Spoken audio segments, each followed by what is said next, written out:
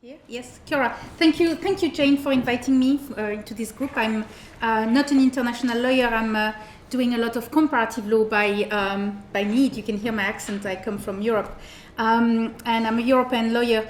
And I've been doing this paper on COVID in New Zealand in the context of employment law, which is what I do here. And I've also done a paper on the gender impact of COVID in the UK. And I've just submitted a paper on the EU response to crises, including COVID, and I'm like thinking, oh my goodness, I'm getting into this COVID quite a lot. So in New Zealand, anyway, on the COVID pandemic, so what we know, and so all of those things actually they're very similar everywhere, no matter what we're looking at. In New Zealand, so we have a health issue that has led to economic and labor market disruption, and that has exposed vulnerability that already existed in the social, political, and economic structure of the country. And the pandemic has only amplified those vulnerabilities. And gender, so all of my work is on gender. And gender is at the core of the pandemic. That's what I'm arguing, at least. And the pandemic has highlighted the essential work that women are doing into the economy.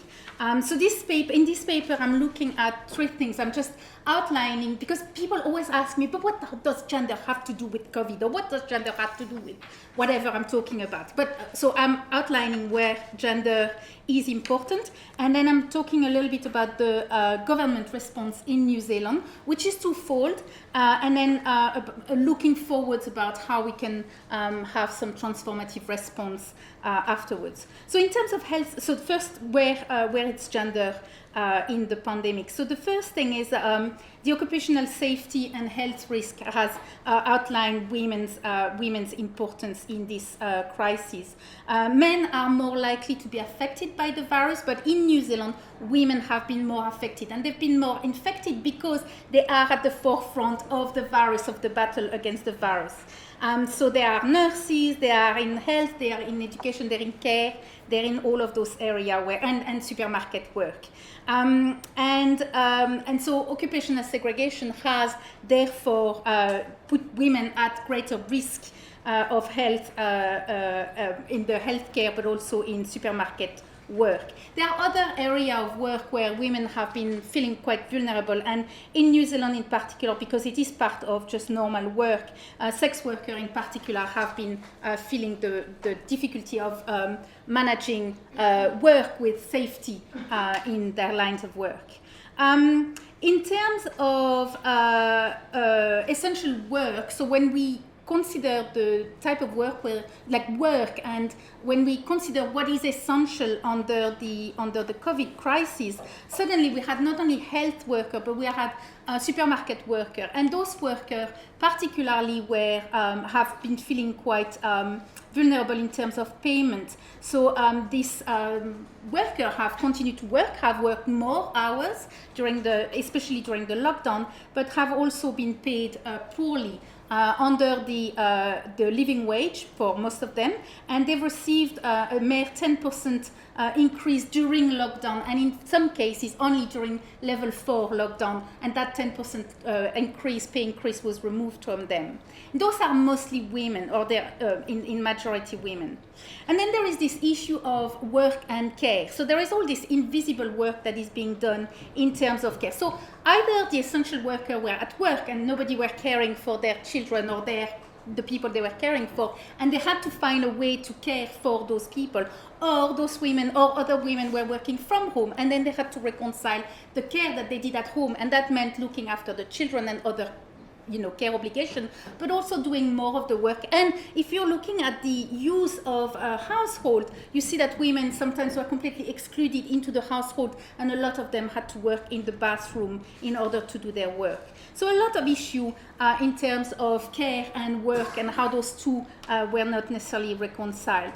And then there were a lot of issue about predicting who were losing their job. And in New Zealand, when we got the August statistics, we were really shocked to find out that 90% of the people who had lost their job, so out of 11,000 jobs that had been lost in the June statistic, 10,000 were women. So we were really shocked about that, but there is nothing shocking. Those were results of where the pandemic had impacted tourism, accommodation, retail, all of those things.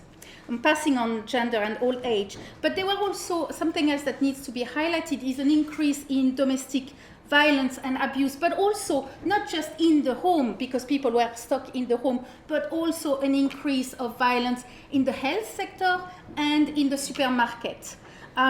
There were an increase, I'm not going to tell you the statistics.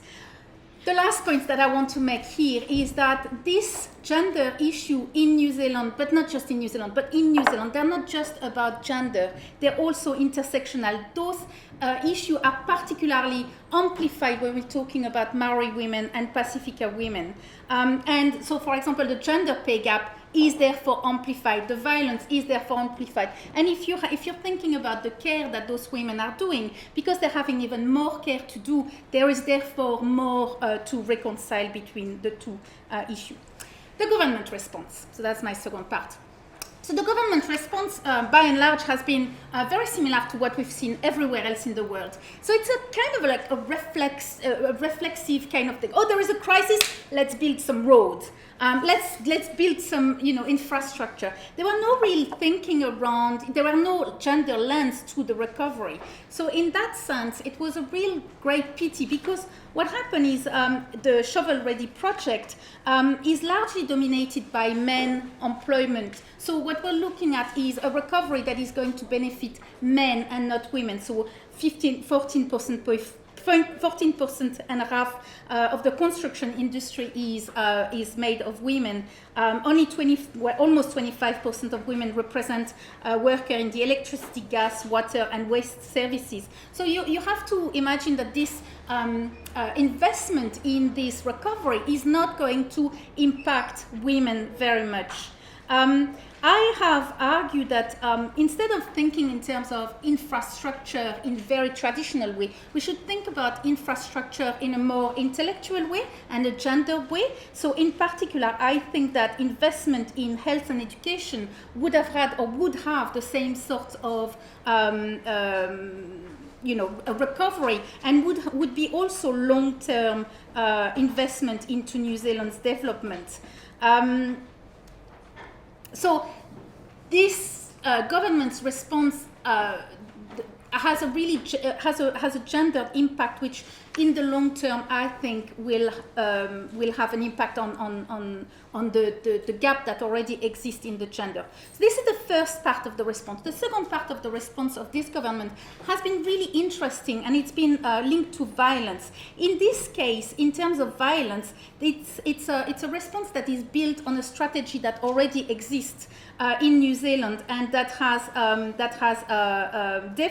built on thinking that has taken place in New Zealand. So we have one of the few legislation in New Zealand that links work with domestic violence and breaks this divide between the public and the